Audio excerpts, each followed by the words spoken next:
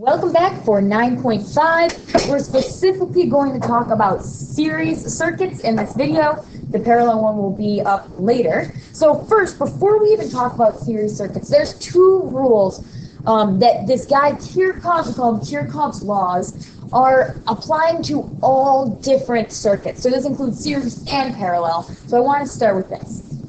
Kirchhoff's laws for circuits. The first law talks about something called a junction. So when you think about a junction, think about roads, like two roads come, cross, and meet at a point.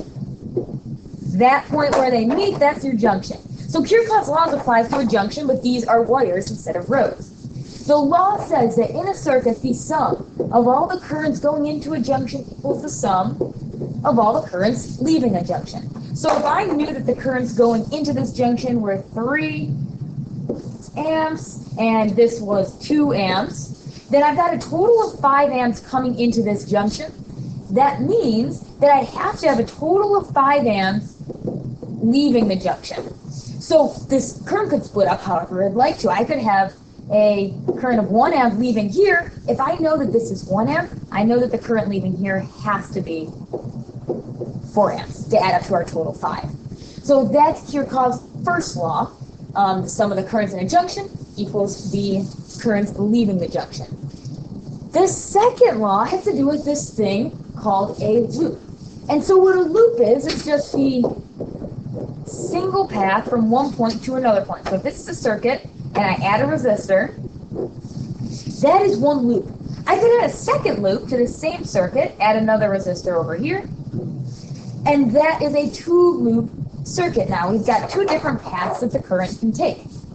So this law says that in any circuit, the sum of all the voltages instead of current around a closed loop, meaning there's no openings, we can take the path all the way around, is going to be 0. In other words, as I go around this loop, I'm going to lose my electric potential energy. So for example, if this battery was 6 volts, I know that I've got an electric potential energy of 6 volts total. That's my equivalent.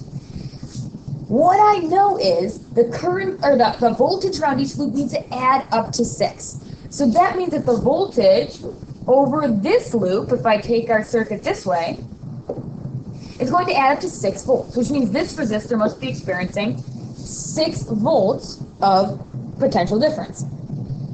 It has to be proportional to each component. So if I change this last loop and added a resistor and a light bulb here, that same 6 volts has to be dissipated over this loop, but it's going to be divided between both of these components, and the 6 volts will be split up. So the total of the voltage between these two components will add to that 6 volts. Because I need to use 6 volts in each loop to give me my 0 voltage sum around each loop. So let's talk about series circuits. Series circuits are what we've been working with so far, and in a series circuit, my definition is there is only one path for the current to go. The current has to pass every single, or the electrons have to pass every single component in the circuit, or in a series circuit. So, simple drawing, which you saw on the first slide. Single path, battery, resistor. There's only one direction for our electrons to go. So first, facts and what you need to know. Current around this circuit, in a series circuit, is constant. Current does not change. Why? Well, there's only one electron pathway. There's only one place for electrons to go. Your reference table represents it like this. If I know the current at the first point, or the current total in the circuit, that current is going to be the same value at every point. So for example, this is point 1, we got point 2, we got point 3. If I know the current in point 1 is 2 amps, I'm going to have 2 amps in point 2 and in point 3. It's equal all the way around. However, the voltages are going to add to the total voltage. And why does that make sense? Well, there's one loop for your current to go. So the current, the electrons, have to pass over each component. If my battery, if my total voltage, which we also will call the voltage equivalent, or EQ, you may see, that total voltage, that EQ over the battery, has to be dissipated throughout the circuit. So over each component, if I add up the voltage in each component, I should get VEQ, or that voltage over the battery. If I had two resistors, their voltage individually needs to add to that total voltage. And your reference table obviously represents it like this. They show that equation in there for you to show you the voltages add up to give you the equivalent. Now lastly, we got to talk about resistances. And it's a little tricky why this makes sense, but the rule is that resistances will add to the total resistance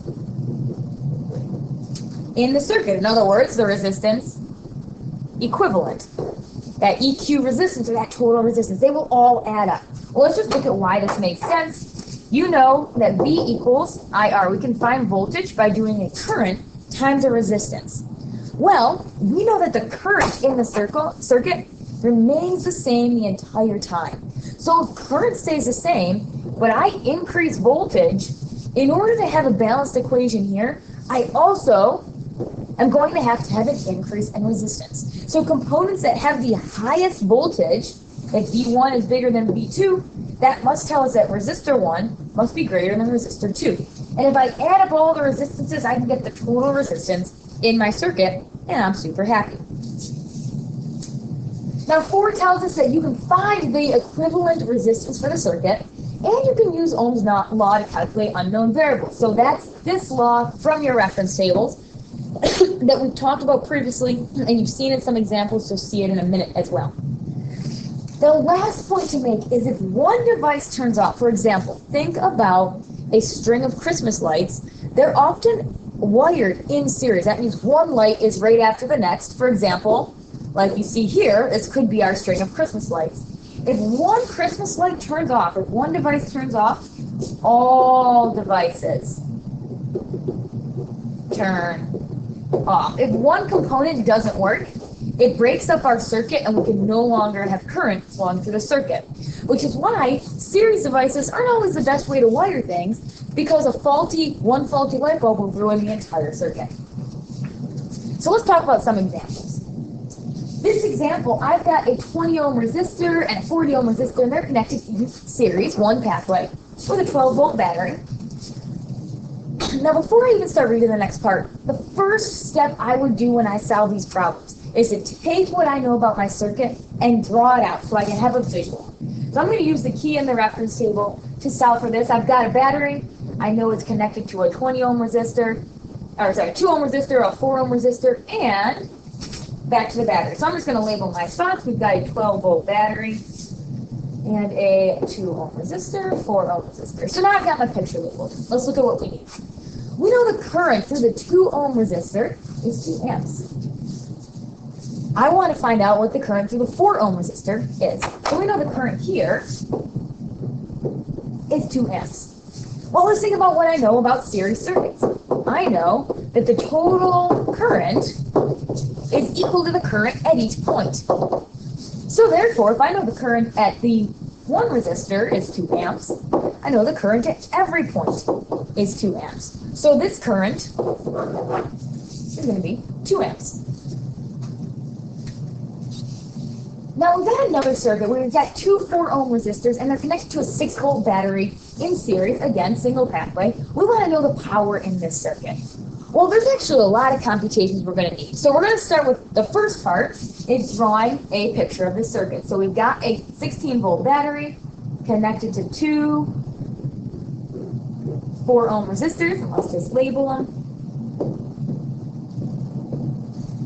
Great. Now I want to show you something that I think is a really neat, helpful way to organize all the information we have in this circuit. And it's called a VERP table. VERP, voltage, current, resistance, power, helps us to solve for each component given what we have. So what we want to do is label VERP at the top. And in this column, we're going to just label each resistor that we have. So we've got resistor 1, we've got resistor 2, and I'm just going to label them over here so we know which one's which. And then I'm going to draw a last line, and the final box is going to ask for our resistance equivalent. What's our total of all the components? I'll actually label it total. So now we've got this beautiful setup. Let's write out what we know. We know each resistor is 4 ohms. And we know that the voltage of the entire circuit is 14 volts. I'm sorry, 16 volts. We also know that in series, we can add up resistance to get the total resistance, so we can find the total resistance to be 8 ohms. Now let's just make sure we know what else we can find here. Well, if I know the total voltage and the total resistance, I can find the total current by V equals IR, where voltage over resistance will give me the current. We've got 16 volts over my total resistance is 8 ohms, and I've got a current flowing through the circuit of 2 amps. Well, once I know that this is 2 amps, I know that in a series circuit, the current at every point is equal, so I can fill in each part. Now I can work backwards and solve for voltage, knowing that I times R will give me V. So I can multiply 4 times 2. I'll get a nice 8 volts over here. 4 times 2, 8 volts. And let's just check. 8 plus 8 will give us that 16 volts of our total circuit. Well, now we can solve for power using that additional equation. And actually, we could solve any component. Remember, power has a lot of different methods to solve. I'm going to use P equals VI from the reference table. If I multiply that total power, so I multiply 16 volts times our 2 amps, I'll get the total power in our circuit to be 32 watts. And since they have problems asking us for total power in the circuit, that's my answer. However, let's just solve for it because I can also imagine them asking what the power is over each component.